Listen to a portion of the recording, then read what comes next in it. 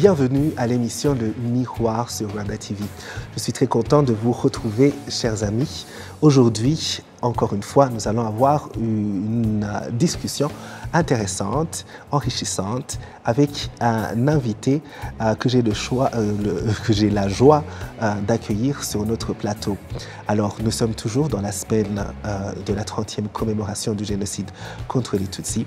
Après avoir parlé des arts vivants en tant qu'outil thérapeutique, on va parler cette fois-ci du travail littéraire, nous intéresser à la bande dessinée et tout ça à travers notre conversation et bien sûr le parcours de notre invité, Manzi Lugilangoga. Je vous en dis un peu plus sur lui avant que nous commencions à parler avec lui.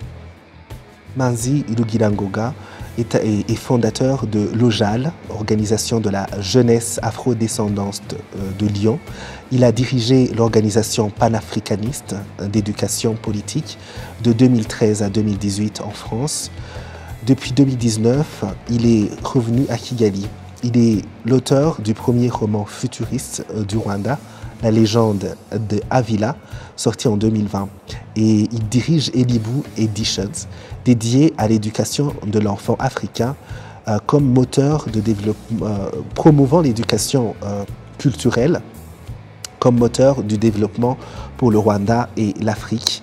Il est éducateur de formation, enseignant de profession et écrivain par passion. Et c'est notre invité dans l'émission Le Miroir d'aujourd'hui. Manzi, bienvenue. Merci beaucoup. Oui, c'est une joie de vous avoir dans cette émission. C'est une période, bien sûr, pas facile, bien sûr, parce que nous commémorons un épisode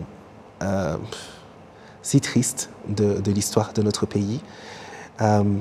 Et aujourd'hui, on a envie d'analyser quelle a été la contribution, quelle contribution peut continuer par le travail littéraire. On va aussi s'intéresser à la bande dessinée. Mais tout d'abord, j'aimerais qu'on commence un peu à parler de ton parcours dans le domaine littéraire. Comment est-ce que tu t'es retrouvé dans ce domaine-là? D'abord, merci Davis, merci de l'invitation, c'est un honneur. J'ai l'habitude de regarder l'émission, maintenant je suis très content d'être dans cette émission. Alors moi j'ai commencé à écrire depuis très longtemps, depuis que je suis très petit, depuis que j'ai appris à écrire en fait, tout simplement. Depuis que j'ai appris à écrire, je me rappelle la première fois que j'ai appris à écrire mon nom, j'ai commencé à écrire un peu partout, même parfois dans les endroits qu'il ne fallait pas, comme les murs du salon ou des choses comme ça. Oui. Donc j'ai toujours aimé écrire depuis très longtemps. Et puis, mais au début, j'écrivais surtout pour moi. Et je gardais ça un peu pour moi. J'écrivais des petites histoires, des poèmes, voilà, ce genre de choses. Et puis, ou des articles, justement, quand j'étais étudiant, j'écrivais plutôt des articles. Et puis, voilà, j'ai commencé à écrire mon premier roman. Pareil, pour moi, je ne pensais pas forcément le publier. Et puis, en le faisant lire à mes amis, à ma famille, c'est eux vraiment qui m'ont poussé à le publier. Et donc voilà, c'est un peu comme ça que je suis rentré dans le monde littéraire. Dans le monde littéraire, oui. Alors, partons déjà dans le vif du sujet de notre conversation d'aujourd'hui. Le travail littéraire par les Rwandais. Est-ce que tu penses que c'est important dans le contexte de la commémoration du génocide contre les Tutsis, en ce qui est de guérison, en ce qui est de reconstruction, ne serait-ce que psychologique ou thérapeutique, mais aussi, je ne sais pas, témoignage Oui, tout à fait. Oui, je pense que écrire, c'est mettre ses émotions sur le papier. Alors, des émotions comme celles que les rescapés peuvent vivre, ce sont des émotions très, très fortes, parfois très difficiles à exprimer par la parole, ou même parfois pour les autres aussi difficile à entendre.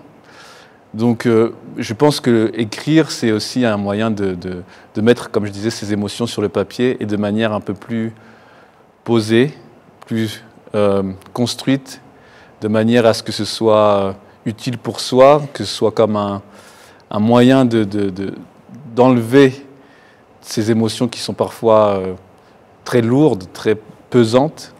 C'est un moyen de mettre sur le papier pour soi et aussi pour les autres, puisque c'est un moyen de transmission très important. Comme on dit, les paroles s'en vont, mais les écrits restent. Donc, oui, la littérature, c'est vraiment très important. Je pense à des gens comme Yolande Mukagassana, des gens comme Charles Habonimana, des gens et beaucoup d'autres qui ont eu ce courage, parce que c'est du courage aussi de mettre sur papier, mais c'est très important, oui, c'est très important. Oui, et alors on va diriger aussi un peu la conversation vers la bande dessinée, qui est un médium qui n'est pas très exploité, disons, oui. au Rwanda ou par les écrivains rwandais. Et pourtant qui parle à un autre public, peut-être un peu plus jeune. Est-ce que ça peut aussi être un outil, à votre avis? Ah oui, oui, bien sûr. Toutes les formes de littérature sont les bienvenues. Comme tu disais, il n'y a pas beaucoup au Rwanda, malheureusement. Mais la bande dessinée particulièrement, puisque c'est du texte et du dessin. Et c'est vraiment un support qui est très apprécié des jeunes. Et en ce qui concerne, quand on veut transmettre, c'est surtout à la jeunesse qu'on veut transmettre. Donc autant privilégier des formats que les jeunes aiment, que les jeunes apprécient. Moi, je le vois aussi, puisque maintenant je suis le responsable de la médiathèque au Centre culturel francophone. Je vois clairement que la bande dessinée est un format que les jeunes investissent beaucoup. Ils vont directement vers les mangas, les bandes dessinées. Alors si on utilise la bande dessinée dans ce cadre-là, de la transmission, des témoignages, même expliquer comment on en est arrivé à un génocide, ça serait vraiment, il le faut en fait, il le faut. Et puis aussi ça met en valeur nos artistes, que ce soit les écrivains et aussi les dessinateurs. Donc oui, la bande dessinée, on en a grand besoin. Oui, en parlant de bande dessinée ou de médium pas très assez exploité encore, alors ça c'est votre livre, oui. La légende de Avila. Oui. C'est le tout premier roman futuriste écrit par un Rwandais. Tout à fait. Oui, et j'aimerais que vous nous en parliez un peu, mais aussi j'aimerais qu'on revienne sur votre point de vue sur l'importance de tourner le regard vers le futur. Ok, alors comme vous pouvez le voir, c'est un roman qui est futuriste. Alors en fait, l'idée qui m'est venue, c'est, vous savez, en Kinyarwanda, pour dire hier et puis demain, on utilise le même mot, oui. C'est ejo. Oui. Alors j'ai un peu réfléchi là-dessus et puis j'ai imaginé un monde où en fait justement on est habillé de manière traditionnelle, oui. Mais dans un monde futuriste, très développé, avec une grande technologie, mais toujours avec des traditions, avec une culture qui est très présente. Par exemple, les gens pourraient avoir Amasunzu, être habillés avec Mishanana, dans un Kigali très développé. Donc c'est un peu l'idée que j'ai développée dans ce roman. J'ai convoqué des références de la mythologie rwandaise, des gens, des Gihanga, des gens qu'on parle dans nos mythologies, pour les amener dans un conte futuriste. Et en fait, l'idée qu'il y a derrière, c'est de développer un imaginaire africain, rwandais, pour la jeunesse africaine, pour la jeunesse rwandaise, qu'on puisse se projeter. Puisque une jeunesse qui ne pense pas à son futur, qui ne se projette pas dans son futur, c'est une jeunesse qui ne rêve pas, c'est une jeunesse qui n'a pas d'avenir en réalité, puisque c'est par la jeunesse, par ses rêves, par ses projections dans le futur qu'on arrive à se développer, à produire des choses et à faire perdurer une culture qui existe depuis très longtemps et qui, j'espère, pourra aussi continuer encore très longtemps. D'accord. Et alors, vous vivez au Rwanda depuis 2019. Oui. Avant ça, vous viviez en France. Oui. Et en France, vous avez créé l'organisation de la jeunesse afro-descendante, oui. De Lyon. Oui. Vous étiez aussi impliqué dans d'autres organisations oui. De jeunes. Oui. Est-ce que le travail littéraire, les livres et autres documents littéraires étaient des outils que vous pouviez utiliser lorsque vous vouliez, par exemple, raconter l'histoire du Rwanda ou même parler de sujets pas difficiles, mais pas faciles, mais qu'il faut aborder comme le génocide contre les Tutsis. Oui, bien sûr, l'écrit, comme je disais, j'écrivais beaucoup d'articles à ce moment-là, quand j'étais étudiant aussi à ce moment-là. J'écrivais beaucoup d'articles sur l'histoire, sur la culture. C'est un peu tout ça mes domaines de prédilection depuis bien longtemps. Et aussi sur le panafricanisme, la nécessité, le besoin que nous avons en tant qu'Africains de trouver des solutions africaines à nos problèmes ensemble, de s'unir. Et puis, bien sûr, en ce qui concerne le Rwanda, tout ce qui est l'histoire du génocide, prévenir, enfin, rappeler comment tout le processus génocidaire, puisque les gens parfois ne le savent pas, mais le génocide, ça apparaît pas comme ça du jour au lendemain. Il y a tout un processus politique, idéologique, etc., qui est construit par l'État, par des institutions très présentes. Et c'est aussi par l'écrit, par la lecture, par l'étude de ce processus-là qu'on arrive à les prévenir. Malheureusement, c'est arrivé au Rwanda, malheureusement ça peut arriver aussi ailleurs, mais quand on étudie les processus justement par ce qui est écrit, ces gens qui ont organisé le génocide, ils écrivaient aussi, ils ont produit des livres, etc., où ils expliquaient déjà tout ce qu'ils allaient faire. Et souvent, quand on ne lit pas, quand on ne s'intéresse pas à son histoire, bah, c'est des choses qui arrivent malheureusement. Oui, on comprend cette passion que vous avez pour l'écriture, la lecture. Est-ce que c'est cela qui vous a poussé à ouvrir votre propre maison d'édition, Elimou? Oui, tout à fait. Oui, oui. J'ai monté Elimou Édition pour sortir mon livre et pour sortir aussi mes prochains livres, mais aussi aider les autres jeunes, et pas forcément les jeunes d'ailleurs, les autres Rwandais, les autres Africains qui voudraient sortir des livres, puisque souvent, j'ai beaucoup eu des témoignages de gens qui aiment écrire, aiment lire et écrire aussi, mais qui ne savent pas vraiment comment faire un livre. Et puis surtout qui se disent que publier, bah, c'est que pour des gens très connus ou des gens qui ont beaucoup d'argent. Et alors, moi, je voulais prouver que non, c'est vraiment quelque chose que tout le monde peut faire et que... Voilà, en tout cas, moi, je participerai aussi à ma petite, avec ma petite hauteur de participer justement à aider les gens à sortir des livres, à écrire, voilà. Et il y a justement quelques-uns des livres que vous avez publiés. Oui. C'est assez intéressant. On s'éloigne un peu du sujet, mais pas trop non plus. Parce qu'on parle de transmission aussi. Exactement. Oui. Et ça, par exemple, c'est un homme qui a décidé d'écrire l'histoire de son père. Oui, tout à fait. C'est Mzee Helutela Mbuku.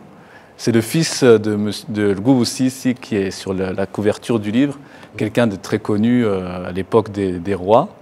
Et c'est donc son fils qui a voulu partager la biographie de son père, raconter un peu la vie de son père, que certains ont connu, mais dont la vie n'est pas si connue que ça au final. Oui, et puis juste après, il y a une sorte de transmission entre générations. Oui. Oui. Toujours, bon, c'est en Kinyarwanda, c'est marqué Bienvenue au XXIe siècle. C'est pareil, c'est la discussion c'est sous la forme d'une discussion entre un grand-père et sa petite-fille, qui est née récemment, donc au XXIe siècle. Et voilà, c'est un peu des conseils de grand-père pour garder les valeurs rwandaises traditionnelles, les bonnes valeurs, on va dire, dans ce XXIe siècle. Vous savez qu'on est dans un moment de l'histoire où il y a beaucoup d'influences, les réseaux sociaux, les influences américaines ou d'ailleurs.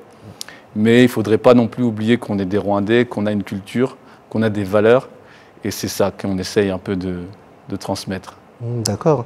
Et justement, l'éducation, c'est votre domaine aussi, au-delà de la littérature, parce que comme je l'ai dit dans l'introduction de cette émission, vous êtes dans le domaine littéraire par passion, Oui, mais par profession, par formation, vous êtes dans l'éducation. oui, tout Oui. à fait.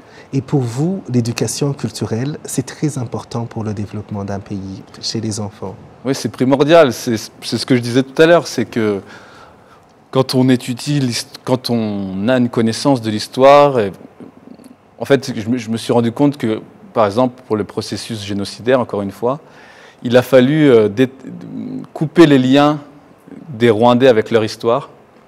C'est ça qui a permis, c'est une des choses qui ont permis le génocide, c'est que les Rwandais se sont détachés de leur culture, de leur histoire, et c'est ça qui a permis qu'on leur amène des idées nouvelles, des idées négatives sur eux-mêmes.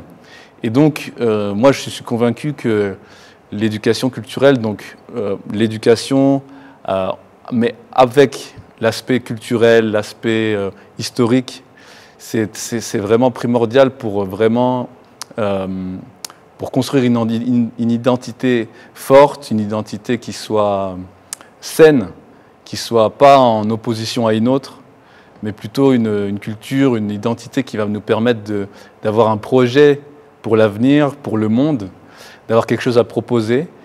Et oui, je suis convaincu que c'est la seule façon pour le Rwanda, pour l'Afrique, de se développer. Oui, et en parlant d'éducation, on s'adresse aux enfants principalement, aux jeunes, aux très jeunes. Oui. Et on est en période de commémoration du génocide contre les Tutsis.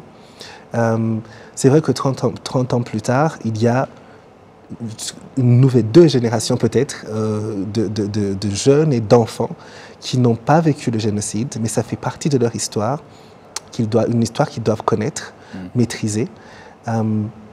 Est-ce que c'est important d'éduquer dans ce sens-là, même pour les enfants, les jeunes, les plus jeunes? Je sais comment arriver à le faire, parce que ça peut sembler délicat. Oui, c'est très important, mais très délicat aussi, comme tu le dis. Parler d'un génocide à des enfants, c'est très délicat, mais c'est aussi nécessaire parce que c'est pas en le cachant qu'on va arriver justement à calmer ou à penser des plaies.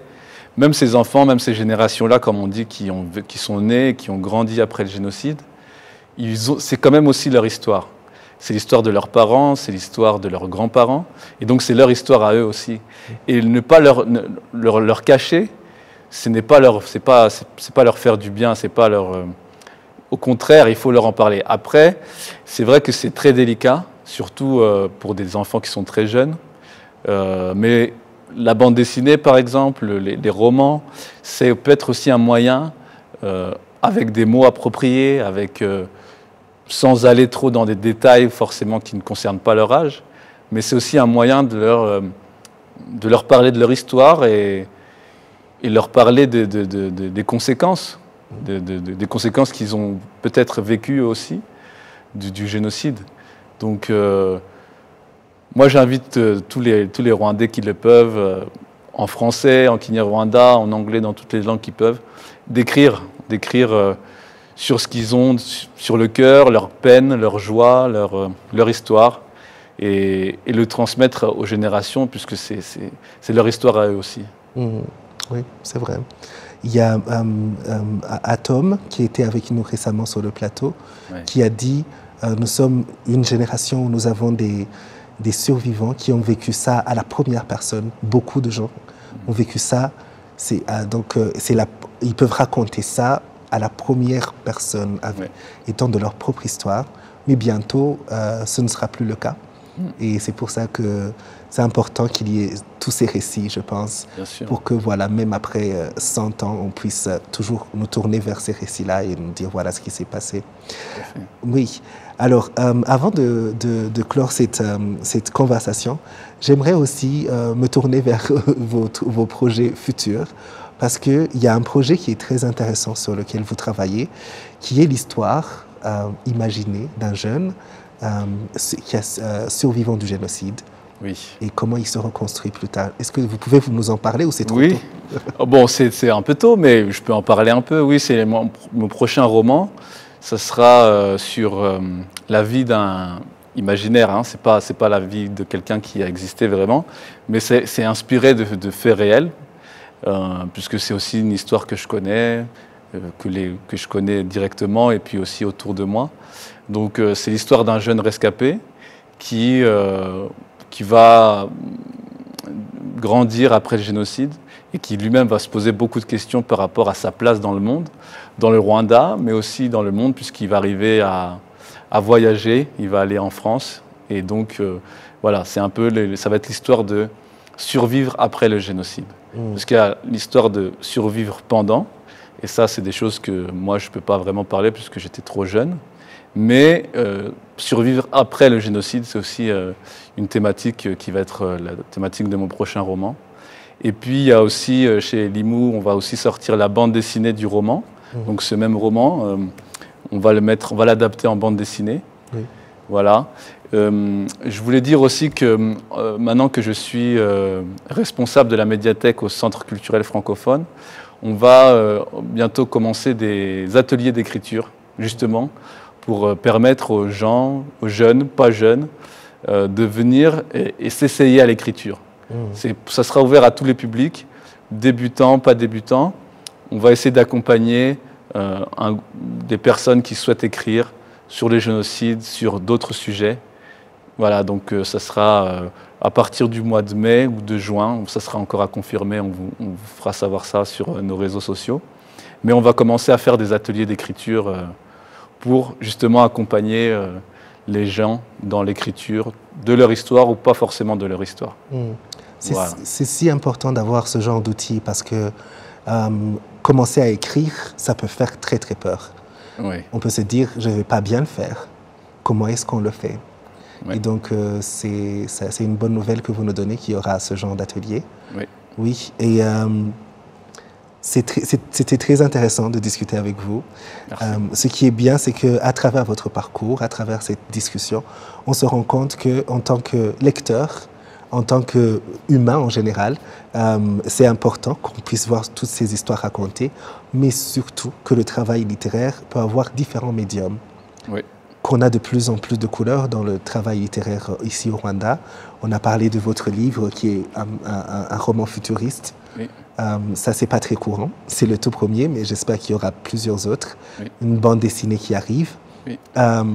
Plein d'autres médiums et tout ça, on a aussi vu que ça contribue à enrichir le témoignage autour de tout ce qui peut construire, guérir, réconcilier, recoudre une communauté, une nation qui est passée par un drame si malheureux comme le génocide perpétré contre les Tutsis en 1994. En tout cas, merci beaucoup pour le temps que vous nous avez accordé. Merci. Merci à vous tous qui nous avez suivis. Ce sera un plaisir de vous retrouver la semaine prochaine sur Rwanda TV.